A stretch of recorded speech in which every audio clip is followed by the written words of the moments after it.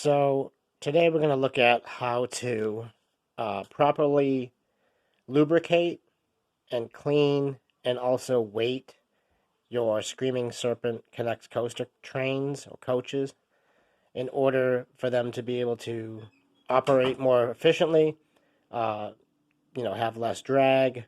And if you follow this procedure that I'm doing, essentially your trains will go through your course a lot better. So the key principles here are we want to generate inertia, right? Momentum. So we use basic physics principles here that an object in motion has a tendency to stay in motion.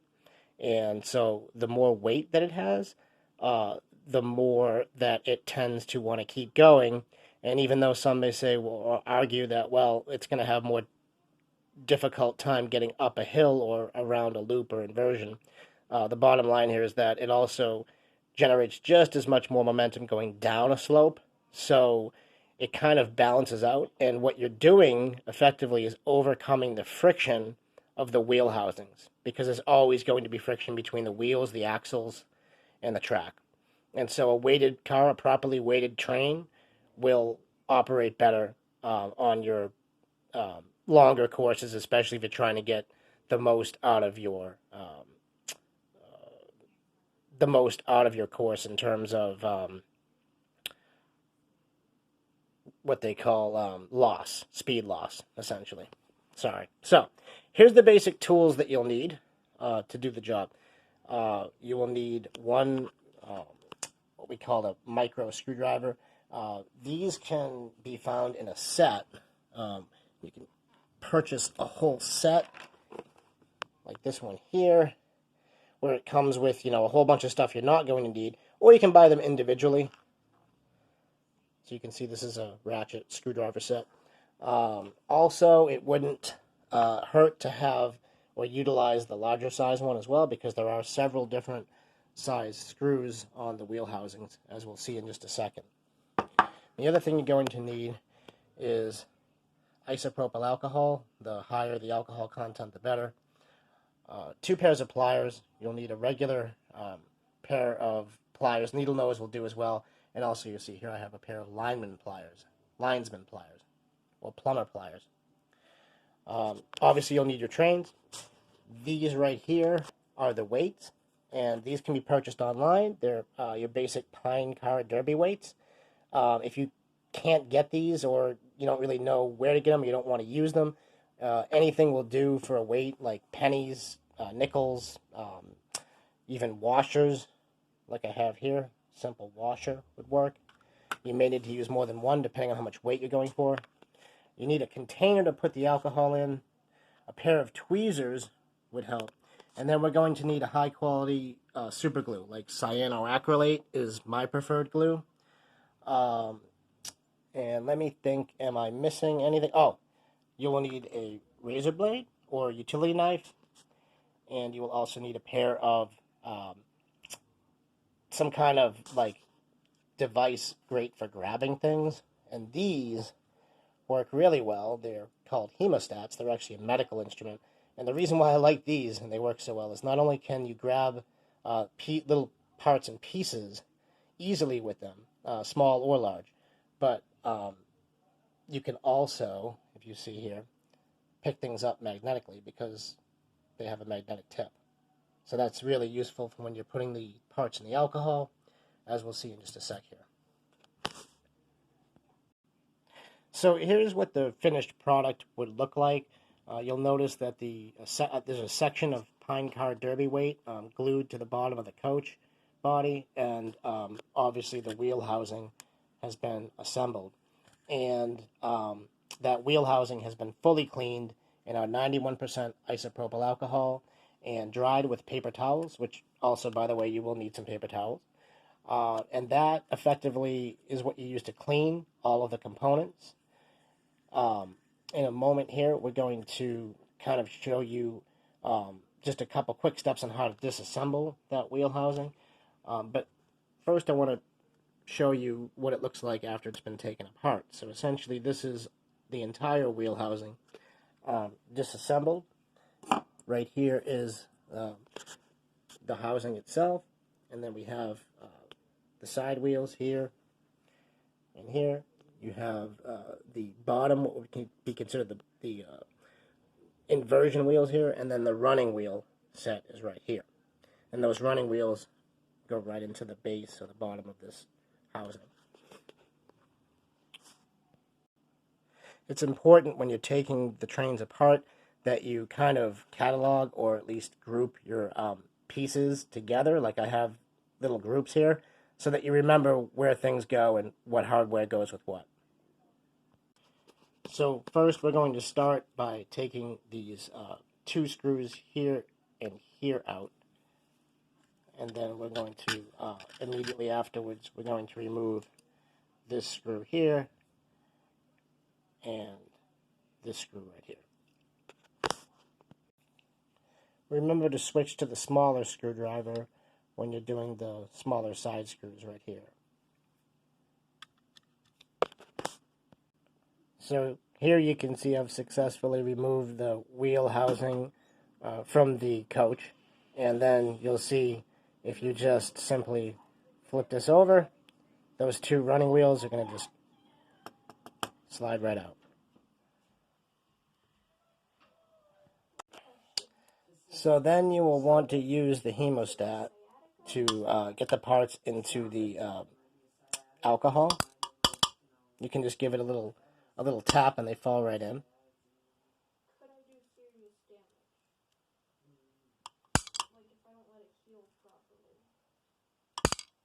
And you'll let them soak there for a good 30 seconds or so, and that will clean them off just fine. Now, you will do that with every part of this wheel housing, and you'll notice that obviously there's a side running wheel, one on each side. Maybe if I hold this way you can see it better. So both of the side running wheels as well as the ones on the bottom. And each one of those has its own unique screws or set of screws that you need to remove. You can see the two here for the side housing, and both of the bottom housings have 3 each. And I'm not going to go into detail on how you remove every single one of those, but essentially when you're done, what you're going to end up with is a pile like this here. Remember, you want to keep everything separate so that you remember where the screws go when you're done. So remember when you're assembling the front and the middle cars together, don't forget to include this piece here. It's easy to forget, the piece that has the hinge for the next car, because it does come out separately, as you can see there. I also got a little bit ahead of myself there, because you need to remember that these wheels have these little bosses on each side of them that prevent the wheel from rubbing up against the side of the housing. You really can't see them too well from here, but if you look closely you'll see that there's a little nub sticking out on each side of the wheel.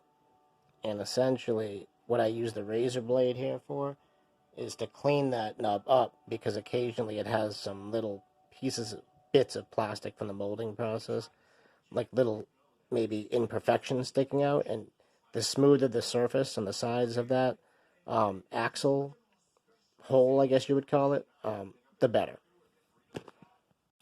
Just a note here, these two wheels will be the most difficult to put back together when you're reassembling, because you need to put these two wheels in along with the train connector in the middle there before you can attach this housing back on to the train car.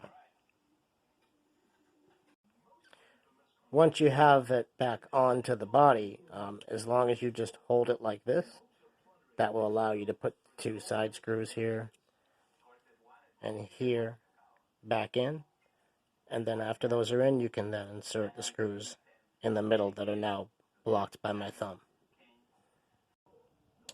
Another note, when you're assembling these, it's always good to not tighten each of the screws all the way until you have them all in. And then at the end, you can get them all nice and tight. You're now ready to put the bottom running wheels on, or the inversion wheels. And by the way, it's always easier, at least I think so, to put these bottom ones on each side before you attempt to put the side wheels on. Those should go on last when you're reassembling. By the way, when you're tightening these screws, these three little screws on the bottom or inversion running wheels, make sure that you do not strip them because they strip very easily. They're very small screws, as are some of the other ones on here as well. Another important thing to remember is do not forget to assemble the side wheel housings with the open part facing forward, right? Because you can easily flip that around and have it going the wrong way. So again, here is what the finished product should look like. It's always a good idea to give all the wheels a check. Give them a little spin. Make sure that they actually spin, right? And that way you can kind of ensure that, you didn't put an axle on the wrong way or something like that. So just want to make sure that they all ride right. We haven't lubricated this yet, so that's going to be another video. I'll show you how to properly lubricate after the cars are cleaned. But now we're going to look at how do you add the weights to the coaches using those Pine Car Derby weights and our cyanoacrylate super glue. So these are the basic tools you'll need for this. You'll need your lineman pliers, a regular pair of pliers, or needle nose will work, the cyanoacrylate super glue, the coach car itself, and these Pine Derby weights or whatever other weights that you prefer to use. And so essentially what the pliers are for is each one of these Pine Derby car weights come divided into little sections. And as you can kind of see here, they're cut pretty deep so that you can actually almost crack it in half with your hands. But if you're trying to get a specific piece, like section, I prefer to use sections that look like this here. What really works well is the very middle section because it's square right here in the middle. You will need to use the pliers, and with one set of pliers, like the lineman, you will hold one side of the section that you're snipping off, and with the other set of pliers, you'll put that set of pliers on the other side, and then you will essentially be able to crack it in half wherever you want to break it. It's almost like breaking a scored chocolate bar, like a Hershey bar, just a little bit tougher. Some people think that you have to sand the bottom of the coach car before you apply the glue. You don't actually have to do that in my experience, but it probably wouldn't hurt anything. And so essentially we're just going to apply a small amount of the glue to the coach body first in these spots here and here. And then I'm just going to take this little guy here and I'm going to, just stick it right on. So after you've applied a very small amount of super glue to the two spots on the coach underbody, you're just going to hold the weight there for about a minute until it cures. This kind of glue, this super glue, especially cyanoacrylate, dries very fast, so be careful with it. You can literally stick your fingers together and it will give it a nice hold. Just try to make sure that the weight is evenly centered on the car body, side to side and up and down, and pretty much in the middle, and you should be good. So essentially, here's what your train will look like as you're finishing. I'm not going to be able to show you the whole finished product on this video because it's going to be a lot of work still. But essentially, one Pine Car Derby weight will get you at least 4 cars, or exactly 4 cars worth of properly weighted trains using that piece there. There's 2 symmetrical parts there to the derby weight that I've already cracked off. And then for my front car here, which I haven't taken apart yet or cleaned yet, I will use this little center 4 squares in the center here to weight that. So at the end of the day, all of these cars will have approximately the same weight. If you want, you can apply a little bit more weight to the front car. You could include, for example, this front weight with those back middle 4 and glue that properly to the front car. The front car, just to let you know, is a little bit more tough to glue stuff to because you have the chain dog here. That little piece that sticks down or flops down, that's the chain dog. It grabs the chain.